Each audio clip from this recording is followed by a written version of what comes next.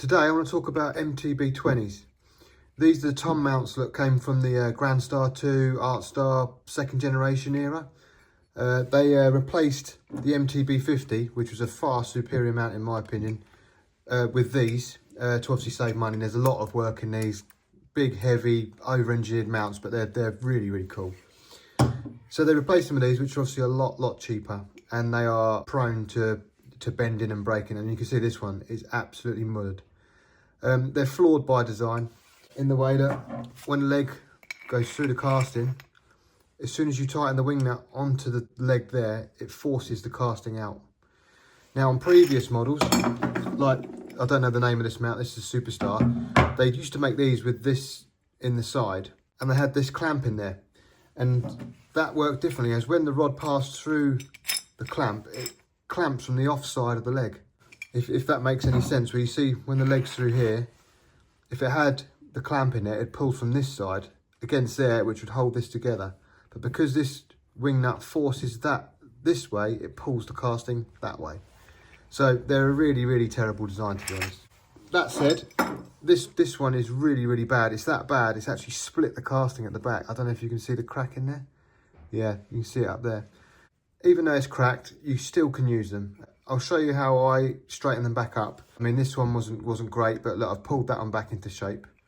And I've been trying to think of ways of how I could make some sort of clamp in here so it did work from the other side, but there's just not enough space in the casting. Once you've got the leg in there, there is literally no room to get to the other side. So I've been a bit stumped on that. The only thing I thought of is making like a gasket that it fits onto out of steel that holds the shape together here. But again, they'll be expensive and hard to make, so I'll still think on that one. But let me show you how I straighten them. So what I do, I've got a screw here, which has got a dome end on it, and then it's a small set screw, and it goes into a nut, and you can adjust the height of it.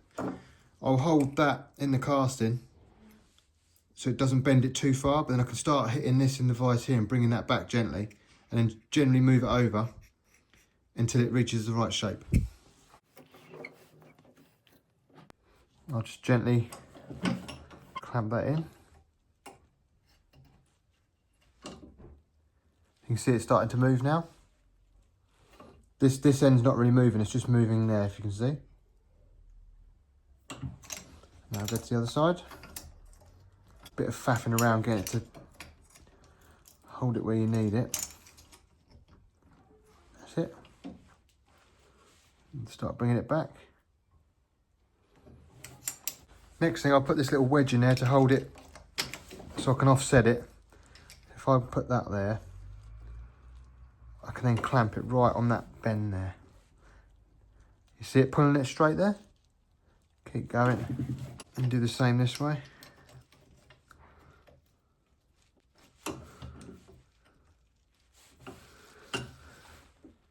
There you go, it's straightening up now, look.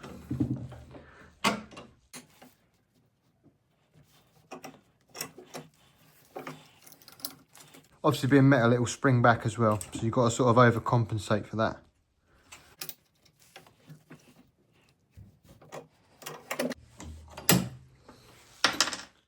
So after lots of tweaking, it's much better than what it was. I mean, like I say, they're never going to be perfect. And aesthetically, if you now put that on a shell, you don't see the big bulge out of there, so it'll look okay. I mean, this part of the casting, you can see the crack is still in there. That lower part is still splayed open because it's been under so much force.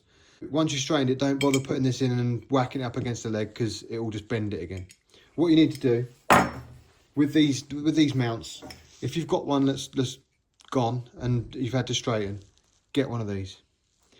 Or any of the old ones. I think originally they come with this style memory lock. We've also got this style. I'd recommend these ones. I don't know the name of them.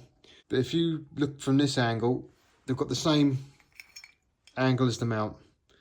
Now, if you just put this on there, that fits in there so snugly that there's just a tiny amount of movement. And you can literally just pinch that. Look, that's just got it.